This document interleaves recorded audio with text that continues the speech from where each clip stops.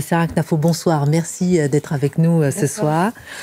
Vous étiez magistrate à la Cour des comptes avant de devenir députée européenne Reconquête. Cela fait des mois que vous faites des propositions pour faire des économies sur les dépenses publiques. Ici, même sur ce plateau, on avait beaucoup parlé de l'aide publique au développement et que de rebondissements.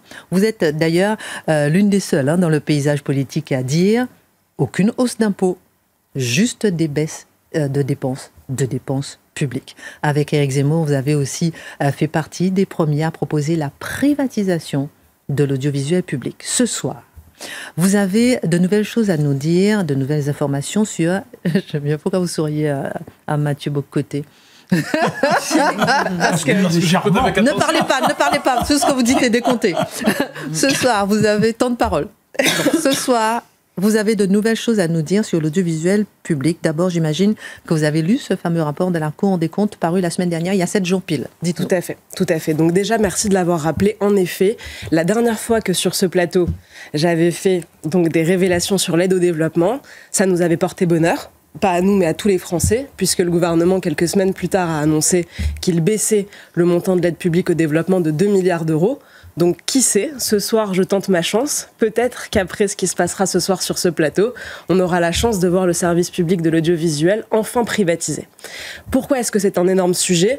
Parce qu'à l'heure où on est en train de chercher des économies partout, c'est non seulement un sujet de gabegie énorme, mais en plus, ça devient, à mon sens, un scandale politique majeur. Donc oui, il y a eu un rapport de la Cour des comptes. Pour aller vite, ce qu'il nous apprend sur la partie budgétaire. Donc déjà, ce qu'on savait, l'audiovisuel public nous coûte 4 milliards d'euros par an. 4 milliards d'euros par an, c'est l'équivalent de ce qu'était censé rapporter la suppression de 2 jours fériés par François Bayrou. Donc que les Français entendent, on leur demandait des sacrifices énormes, travailler plus sans gagner plus, pour reprendre la vieille formule, au lieu de privatiser un service public désuet. 4 milliards d'euros par an, ça veut dire que depuis 10 ans, on a dépensé 40 milliards d'euros, qu'on a creusé la dette publique. Pourquoi ? Pour financer des programmes comme Fort Boyard, comme Taratata, comme France Inter. Mais j'aime bien Fort Boyard. Alors, c'est ce que j'allais vous dire, qu'on se comprenne bien. Moi, j'adore Fort Boyard, j'ai grandi avec, j'adore Taratata. Mais la vraie question qu'on doit se poser, c'est est-ce que c'est un service public ? Je pense qu'on sera d'accord, un service public, c'est un commissariat. Ils sont tous insalubres. Un service public, c'est une école. Elle est en train de s'effondrer. Un service public, c'est l'armée. Elle n'a que 3 jours de munitions, en cas de guerre de haute intensité. Donc, ce qu'on doit se demander, c'est est-ce que c'est bien légitime d'avoir mis autant de moyens pour du divertissement et même parfois pour de la propagande, mais je vais y venir. À l'échelle individuelle, 4 milliards d'euros, ça représente un abonnement forcé pour chaque foyer de 130 euros par an. 130 euros par an, c'est 11 euros par mois et par foyer. Qu'on se comprenne, c'est plus cher que Netflix. Netflix, c'est 9 euros par mois. Et c'est résiliable quand vous voulez. Vous vous abonnez si vous voulez. Si vous n'aimez plus, vous vous désabonnez. Si les programmes ne vous plaisent pas, c'est terminé. Avec l'audiovisuel, vous êtes obligé de payer. Tous les mois, tous les jours de votre vie. Alors maintenant, le rapport de la Cour des comptes nous dit ce que l'audiovisuel public fait avec cet argent. Et là, c'est accablant. Parce qu'on en avait parlé, c'est surprenant. Tout à fait, je vous ai entendu, vous avez entièrement raison d'avoir mis le doigt dessus. Ce qu'on apprend par exemple, c'est que France Info Télé a doublé son budget sur les 7 dernières années. Alors on pourrait se dire, est-ce que la qualité des programmes a doublé aussi ? Est-ce que la satisfaction du public a doublé ?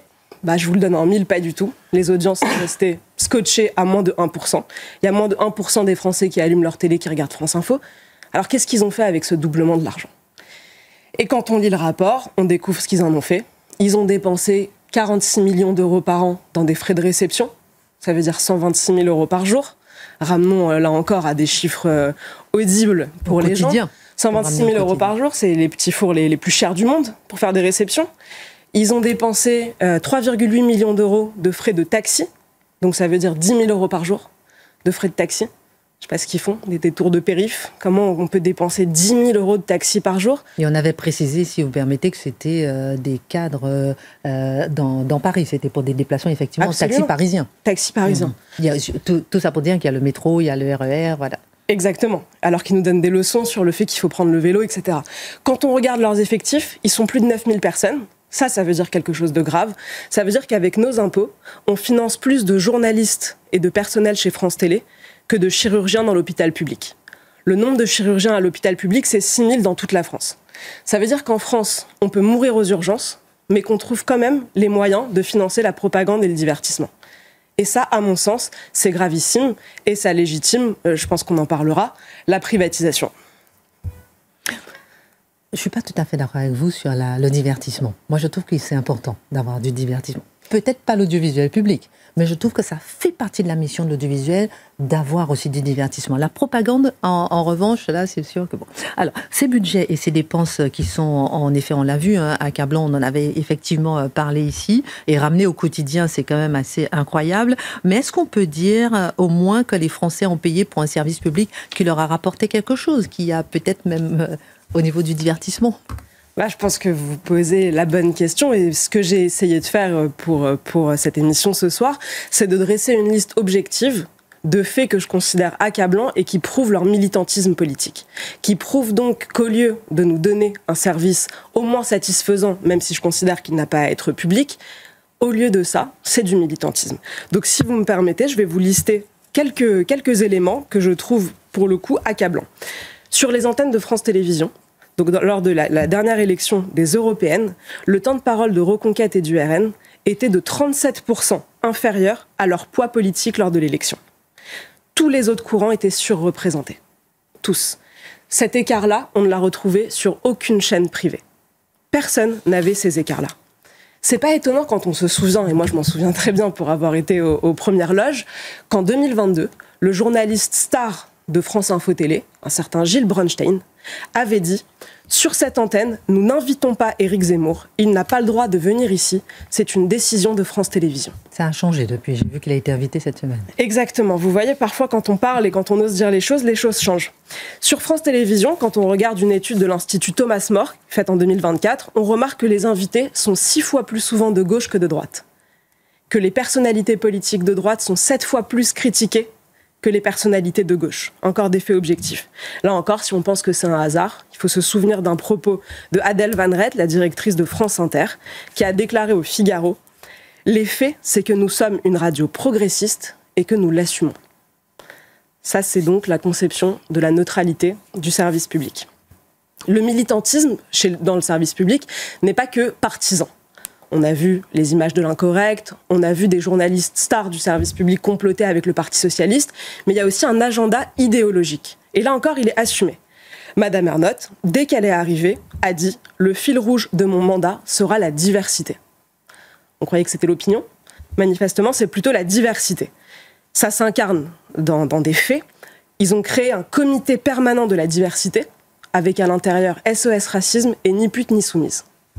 À son arrivée aussi, elle a créé une clause de la diversité qui impose à tous les contrats de production de représenter, je cite la clause, la diversité de la population française et des étrangers vivant sur le sol de France, l'égalité homme-femme et la représentation LGBT.